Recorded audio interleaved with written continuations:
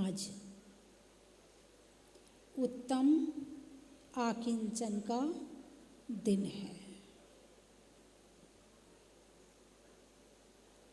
आकिंचन ब्रह्मचर्य धर्म 10 सार है।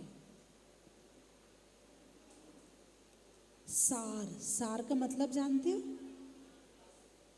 दूध का सार क्या है? घी। ऐसे सभी धर्मों का सार है अकिंचन।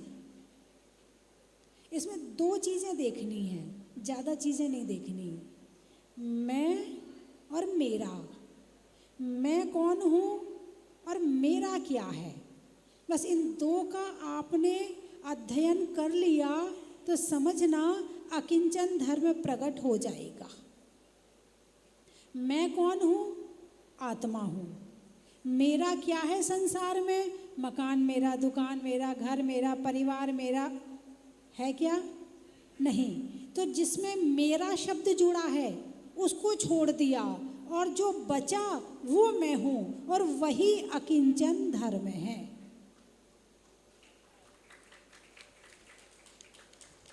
क्षमा, मार्दव, आर्जव, शौच, सत्य, संयम, तप, त्याग। त्याग कर दिया किसका?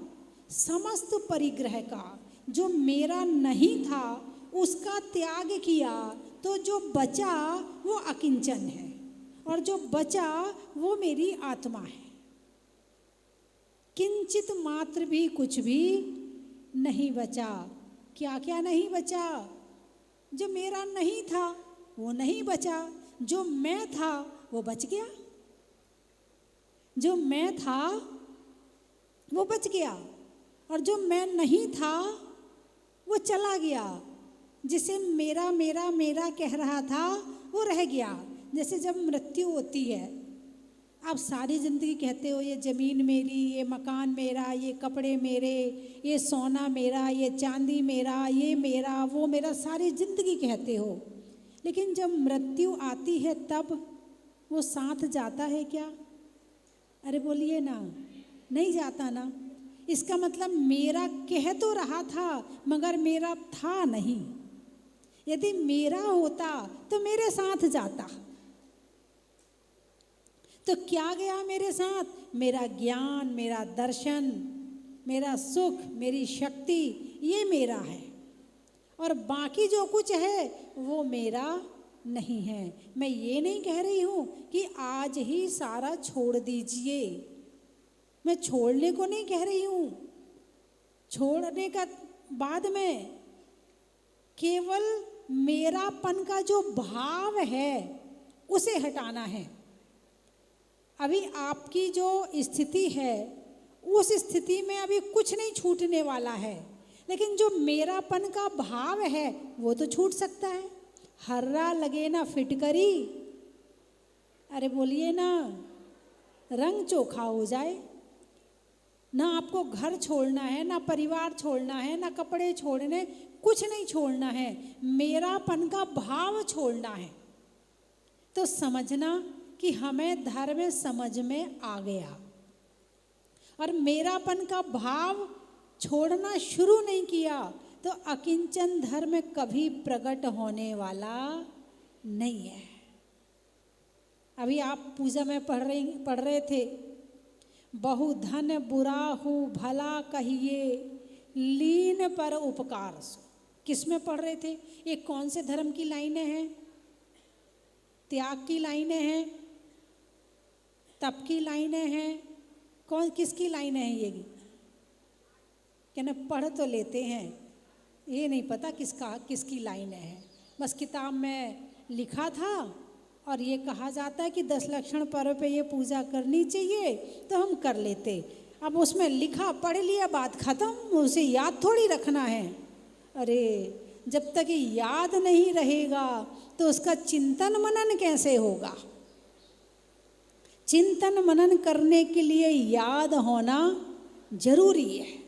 ये लाइनें हैं अकिंचन धर्म की। जो लाइनें हैं उसमें आखिरी वाली लाइन है ये कि बहु धन बुरा हो भला कहिए, लीन पर उपकार सो।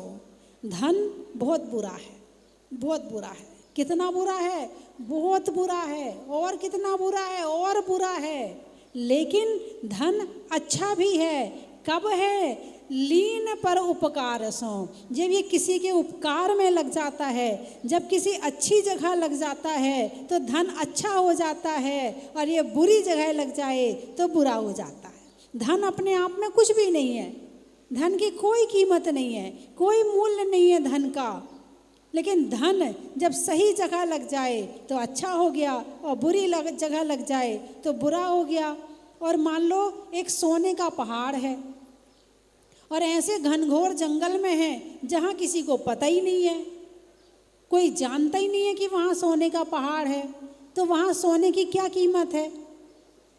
अरे बोलिए ना, कोई कीमत नहीं है। उसकी कीमत कब होगी? जब कोई मनुष्य वहाँ पहुँचेगा। यदि मुनिराज हैं, उस पहाड़ पर खड़े होकर भी तपस्या कर लें तो उन्हें कोई फर्क नहीं पड़ेगा। लेकिन कोई जो व्यक्ति है, गृहस्थ है, और वो वहाँ पहुँच जाए तो फिर वहाँ बोलियाँ लगनी शुरू हो जाएंगी।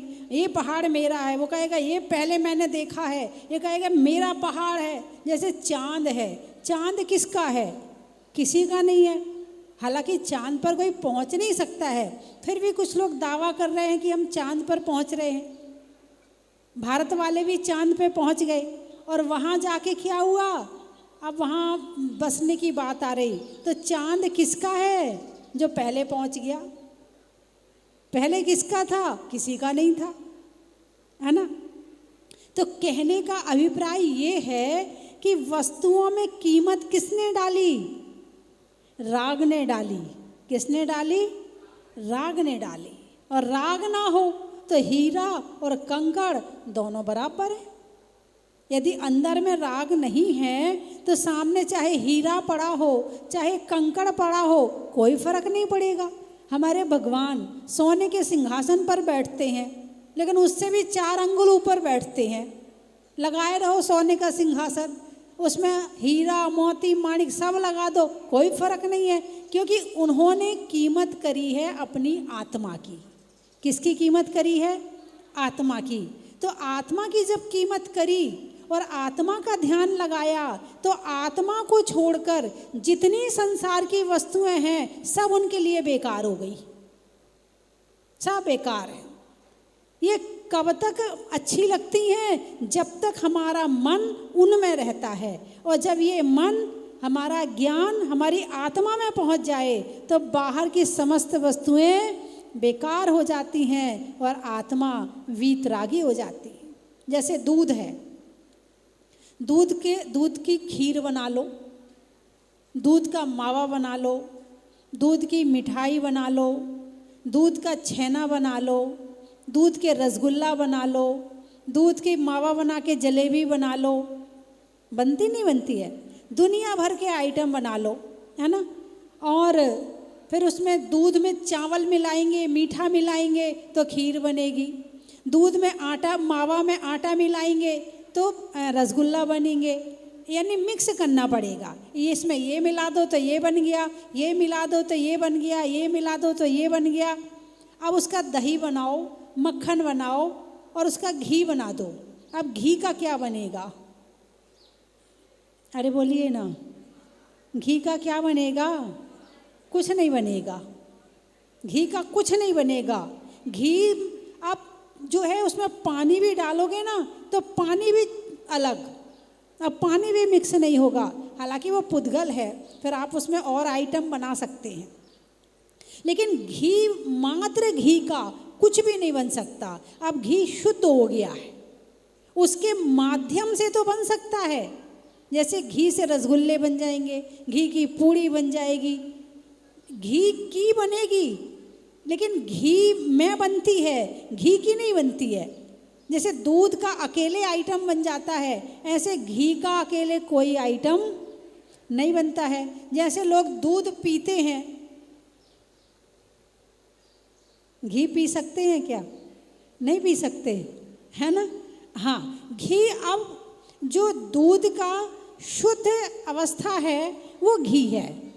ऐसे ही संसारी प्राणी है, कभी देवता बन गया, कभी नारकी बन गया, कभी त्रियंच बन गया, कभी मनुष्य बन गया। मनुष्यों में कभी अमेरिका में पैदा हो गया, कभी यहाँ पैदा हो गया, कभी चीन में चला गया, कभी जापान में चला गया, घूमता रहा और मिक्स पर्याय चलती रही।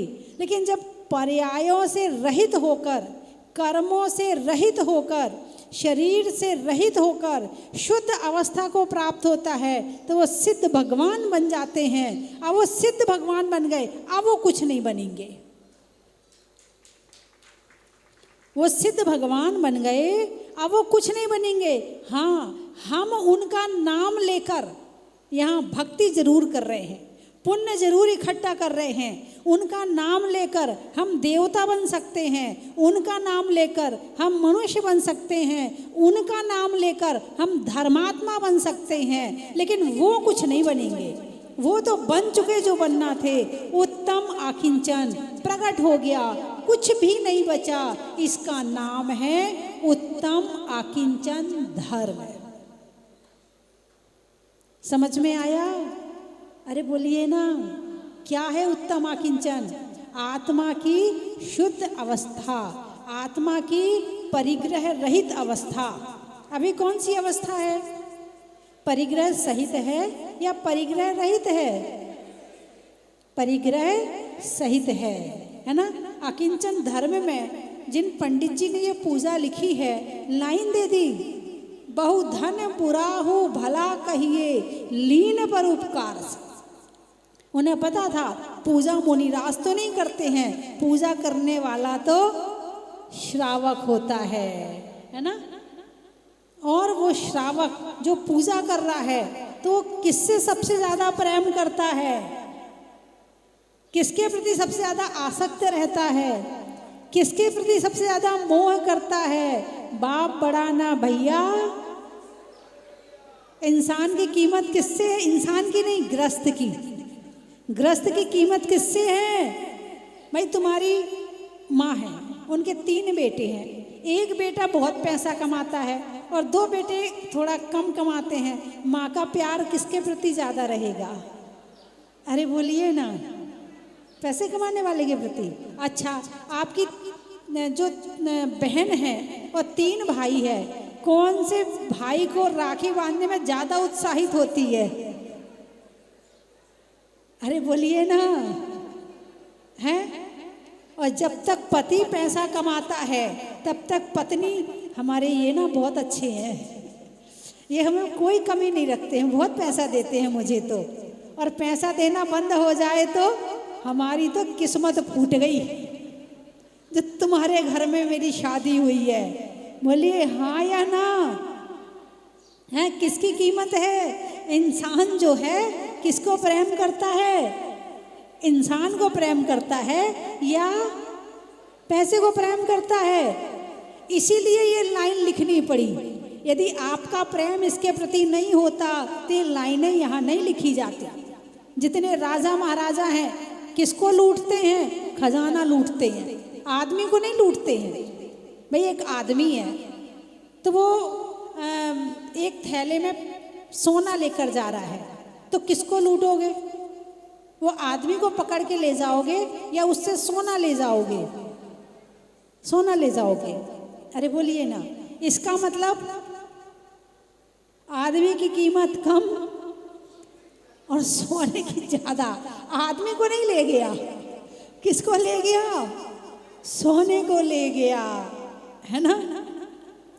तो इसीलिए ये लाइनें लिखनी पड़ी कि बहु धन बुरा हो भला कहिए। तुम धन से सबसे ज्यादा प्रेम करते हो, और जब यही धन तुम्हारे पास में है तो लीन पर उपकार सो, इस धन का उपयोग अच्छे काम में कर लेना, तो कम से कम थोड़ा थोड़ा दान के माध्यम से मोह कम होगा। दान करने का मतलब है मोह कम करना। जितना जितना आपने दान किया है उतने उतने पैसे के प्रति, उतने उतने धन के प्रति आपका मोह कम हो गया। और जितना जितना मोह कम हो रहा है उतना उतना धर्म कम हो रहा है। एक व्यक्ति नदी के किनारे बैठा था, तो एक बोला धन की बहुत कीमत है, दूसरा बोला ना ना धन की कोई कीमत नहीं है। त्याग की कीमत है। बोले नहीं जी धन की कीमत, बोले नहीं जी त्याग की कीमत है। वो गरीब था, उसको उस पार जाना था और वो कह रहा था त्याग की कीमत है। और उसके पास में पैसे तो थे ही नहीं, तो जिसके पास धन था उसने कहा अच्छा चल तुझे अपने पैसे की कीमत दिखाता हूँ। बोले तुझे उस पार जाना है? बोले हाँ। बोले चल। बोले मेरे पास पैसे नहीं है। बोले चल मैं ले चलता हूँ। उसने उसे नाव में बिठाया, दोनों नाव में बैठे, उस तरफ गए, नाव से उतरे। बोले देखा किसकी कीमत है? धन की कीमत है। बोले ना जी धन की कीमत नहीं है, धन के त्याग की कीमत है। तुमने धन का त्याग किया और मुझे इस पार लेकर आए, उस त्याग की कीमत है, धन की कीमत नहीं है। तो किसका महत्व है? त्याग का महत्व है। किसका महत्व है? त्याग का महत्व है। ना कुछ लाए हैं ना कुछ ले जाना है। क्या लाए थे? जब पैदा हुए थे तो साथ में क्या आया था? ये जो सोने की चेन पहने हो, ये अंगूठी पहने हो, ये तो साथ आई होगी। अरे बोलिए ना, नहीं आई थी। अच्छा ये कपड़े जो पहने हो, अच्छा ये भी साथ नहीं आए थे। अच्छा जिस मकान में रहते हो वो मकान भी साथ नहीं आया था। थोड़ा बढ़ाना, वो भी साथ नहीं आया था। अच्छा तो फिर क्या आया था? केवल शरीर। हाथ में कुछ तो लाए होगे, थोड़ी मोहरे मोहरे सोने की, कुछ भी नहीं लाए थे। तो जितना मिला है, जो इकट्ठा किया है, वो यहीं आकर इकट्ठा किया है। और जब जाओगे तब तो ये सोने की चैन अंगूठी वगैरह आप पहने रहोगे, और पहने पहने यदि ऊपर चले जाओ तो आपके साथ चली जाएगी? नहीं जाएगी। तो क्या होगा? एक भाई कह रहे थे, बोले अंगूठी में नहीं जाएगी साथ में। मैंने कहा बाई चांस अंगुली सूजन में आ जाए अंगुली में, तो अंगूठी नहीं उतर रही हो तो फिर तो आपके साथ जाएगी। बोले नहीं नहीं, या तो अंगूठी काट देंगे या अंगुली काट देंगे, ये यही उतार लेंगे, ये भी साथ जाने वाली नहीं है। तो फिर क्या? तो जो मिला है, जितना उपकार करना है कर लो। तो उपकार करके इस हार्डवेयर को सॉफ्टवेयर में कन्वर्ट किया जाता है और फिर साथ ले जाया जाता है। बात समझ में आई कि नहीं आई? हार्डवेयर क्या है? सोना चांदी दुकान मकान, ये हार्डवेयर है। और जब इसका दान किया जाता है तो पुण्य सॉफ्टवेयर इकट्ठा होता है और वो पुण्य साथ जाता है, और अगले जन्म में फिर वो हार्डवेयर के रूप में तुम्हें मिल जाता है वापस। तो बंधुओं, आप सभी बड़े सौभाग्यशाली हैं कि आप सबने यहाँ आकर इतने दिन से क्या कर रहे हो? दानी तो कर रहे हो। और क्या किया आपने? चावल सामग्री चढ़ाई कि नहीं चढ़ाई? एक थाली से दूसरी थाली में पूजा में सामग्री चढ़ाई ना, ये भी दान है। ये भी दान है। भोजन कराया, ये भी दान है। हैं? प्रतिमा विराजमान करी, ये भी दान है। यहाँ आकर क्या किया है? हल्के हो रहे हो। क्या हो रहे हो? एक कनस्तर में सोना भर दो पूरा फुल, और उसे उसमें डाल दो नदी में। क्या होगा? उस पार जाएगा? नहीं जाएगा। खाली कर दो, चला जाएगा। क्या बात है! मतलब तो डूब जाएंगे, और हल्के होंगे तो पार हो जाएंगे। तो क्या होना है? हल्का होना है। जितने हल्के होते जाएंगे, मैं ये नहीं कह रही आप अपने भविष्य की निधि भी जमा करके रखना, भविष्य की निधि को ख़त्म मत करना। जितनी ज़रूरत है उतना ज़रूर रखना। कम हो तो संतोष करो और ज़्यादा हो तो दान करो। कम हो तो संतोष करो, उसमें भी दुखी नहीं होना। नहीं है, कोई दुख की बात नहीं है। जब तक जीवन है, भोजन तो कहीं ना कहीं से आएगा, उसमें भी दुख नहीं करना। कहीं ना कहीं से यदि चोंच मिली है तो दाना भी तुम्हारे भाग्य का कहीं ना कहीं जरूर होगा, उसमें भी दुखी नहीं होना। कम हो तो संतोष करो और ज्यादा हो तो दान करो। बंधुओं, अकिंचन धर्म सर्व सुखी संपूर्ण सुखी तब होंगे जब अकिंचन होंगे। दान देने में सुख मिला कि नहीं मिला, पहले तो ये बताओ। दान देने के बाद में आनंद आया कि नहीं आया? दान देने के बाद प्रसन्नता आई कि नहीं आई? दान देने के बाद खुशी मिली कि नहीं मिली? मिली ना। जब इतना सा छोड़ने में इतनी खुशी मिल गई है, तो जब संपूर्ण छूट जाएगा तो कितना आनंद आएगा। उस अवस्था का अनुभव करो। सुर असुर पायनी पड़े। क्या? सुर और असुर देवता भी किनके पैर पड़ते हैं?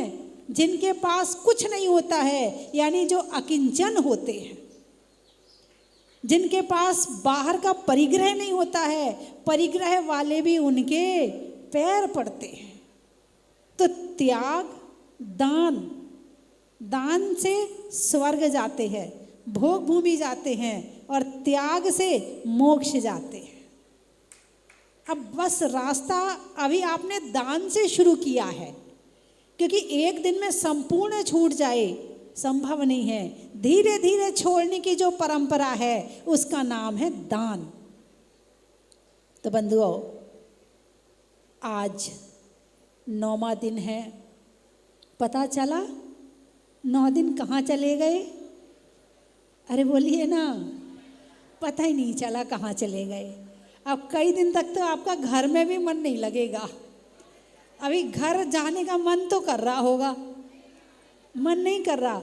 अब रिजर्वेशन तो करवा के आए हो, अब जाना तो पड़ेगा। दुकान बुला रही है, परिवार बुला रहा है, घर बुला रहा है, मोह बुला रहा है, जाना तो पड़ेगा। अब मन तो नहीं है जाने का। जब आपने रिजर्वेशन करवाया था तब बड़ी मुश्किल से करवाया था। चलो शिविर लग रहा है तो चलते हैं, चलो ठीक है। अब आने के बाद जब तक आए नहीं तब तक आने में फोर्स लगाना पड़ा, मेहनत करनी पड़ी। अब आ गए तो जाने का मन नहीं कर रहा है। ये धर्म का आनंद है। ऐसा नहीं है कि केवल घर के खाने में सुख होता है, परिवार में सुख होता है। नहीं, त्याग में भी सुख है, त्याग में भी आनंद है। इन 10 दिनों में आपने अच्छी तरह से इसका अनुभव कर लिया होगा कि त्याग में भी आनंद है। यदि कभी घर छोड़ने के भाव बने तो आप, जिसने शिविर का आनंद लिया है, वो कहेगा नहीं नहीं कोई बात नहीं, हम तो रह सकते हैं, नहीं हम तो जा सकते हैं, हम तो साधु संगत में रह सकते हैं, हमें तो अनुभव है, छोड़ने में दिक्कत नहीं होगी। ये साधु बनने के लिए ये अनुभव आपने अभी से ले लिया है।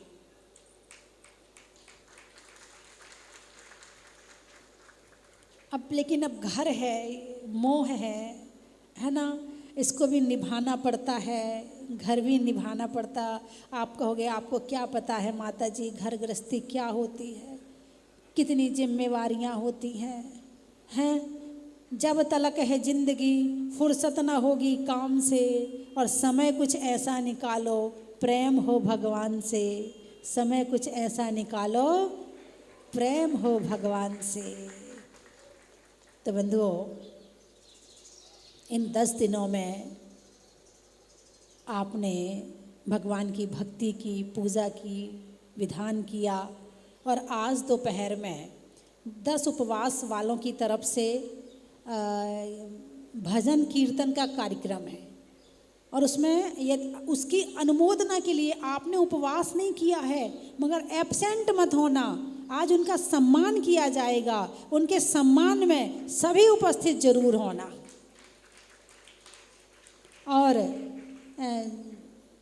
अभी मैंने महाराज जी के वहाँ कहलवाया है, यदि वहाँ से भी 10 उपवास वाले आते हैं तो जो जुलूस है वो उसी संत निवास से शुरू करके यहाँ तक ले आएंगे। फिर यहाँ सब जो उपवास वाले हैं उन सबको बिठाया जाएगा, और फिर उनकी तिलक आदि किया जाएगा।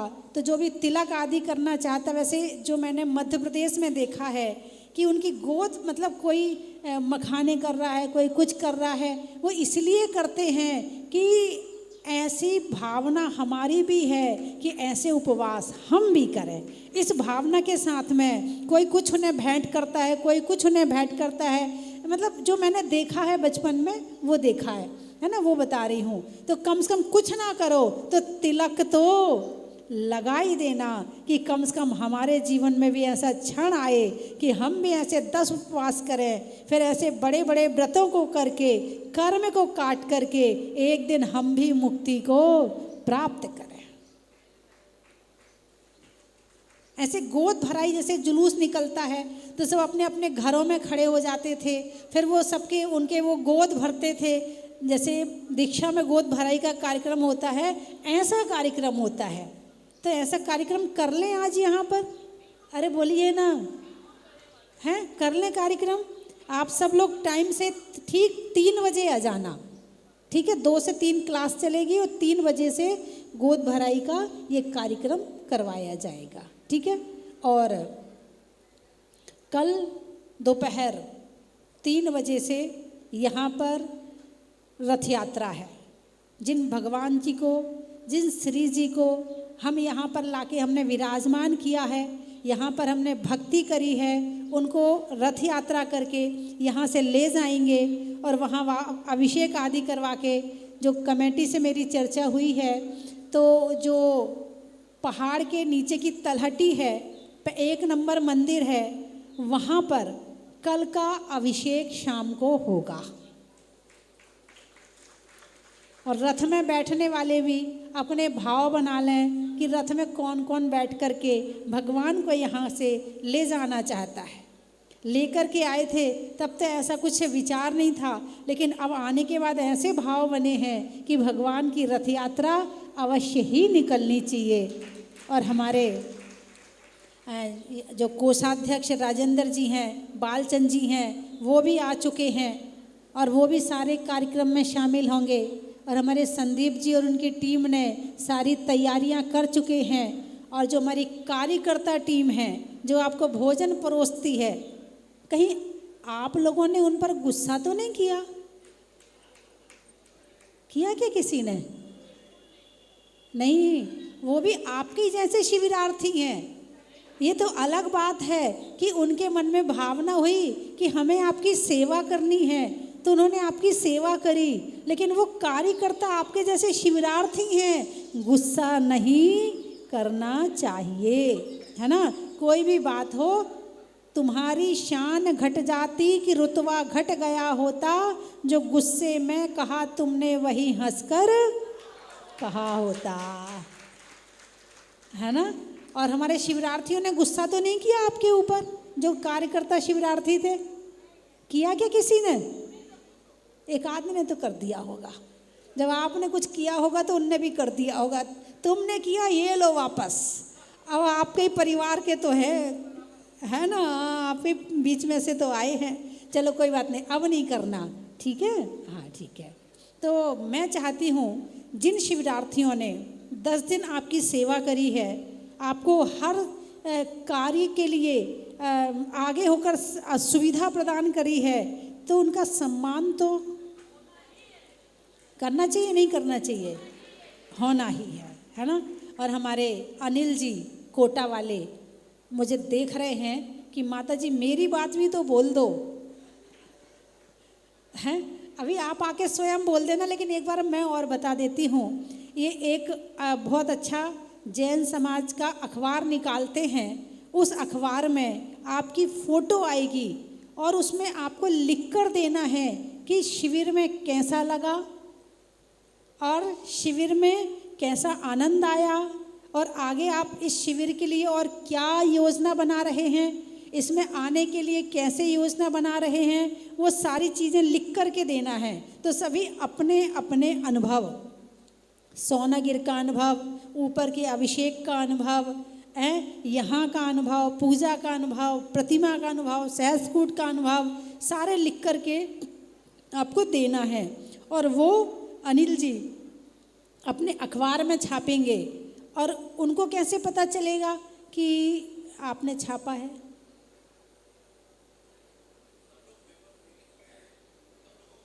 ऐसा है कि जो व्हाट्सएप ग्रुप हमारे भैया चंद्र कुमार जी चला रहे हैं, वो अखबार जो है उस व्हाट्सएप ग्रुप में डाल दिया जाएगा। तो अपना अपना मोबाइल नंबर आप इनके पास में करवा दें, और जो यूट्यूब चैनल बना है उसमें भी डाल दिया जाएगा, तो आपको उससे मिल जाएगा। तो आप उसमें से निकाल करके सेव कर सकते हैं, पढ़ सकते हैं, पढ़वा सकते हैं। ठीक है। और हमारे डॉक्टर साहब ने इस शिविर का ध्वजारोहण किया था और ध्वजा को लहरा करके इस शिविर को आगे बढ़ाया था। और आप उसके इस शिविर के ध्वजारोहण करते, यानी ध्वजा यदि अच्छी फहर जाए तो समझना बहुत बढ़िया है। तो एक बार आपके लिए भी तालियां बजा दें। और जितने हमारे कार्यकर्तागण हैं सभी आ जाएं। सारथी ग्रुप खड़ा हो जाए यहाँ आकर के, एक बार आप ताली बजा के इस ग्रुप का स्वागत करें। हाँ, कौन कौन इस सारथी ग्रुप में? महिलाएं भी हैं, ऐसा नहीं कि महिलाएं नहीं हैं, कुछ महिलाएं ऐसी भी जिन्होंने बिल्कुल आपको परोसने के बाद ही 2 बजे भोजन किया है ना।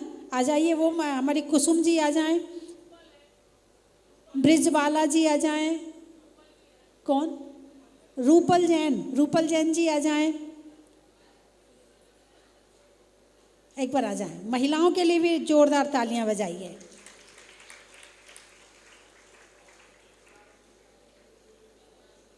इसमें बहुत जैसे आपकी कुसुम जी हैं और अजय जी हैं, ये 8 साल पुराने शिविरार्थी हैं, 8 साल से सेवा कर रहे हैं, फिर और जुड़ते जुड़ते चले गए। और इस वर्ष तो बहुत अच्छे अच्छे कार्यकर्ता शिविरार्थी मिले हैं और अजय जी की टीम आगे बढ़ती जा रही है।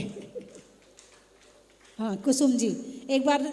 और ये 10 दिन मौन रह करके, बहुत बड़ी बात है, 10 दिन मौन रह करके और आपकी सेवा कर रही हैं। बोल के सेवा करना अलग बात है और मौन रह के करना बड़ी बात है। तो बोल के कुसुम जी ने सेवा करी है। और हमारी सुशील जी की बेटी रूपल जी हैं, युवाओं में कहते सेवा की भावना नहीं है, मगर इस गुड़िया ने 10 दिन यहाँ सेवा करी है। एक बार जोरदार तालियां बजाइए इसके लिए भी। हमारे बालचंद जी और वो आ जाएं, कोषाध्यक्ष जी संदीप जी आ जाएं और शिविरार्थियों का सम्मान करें।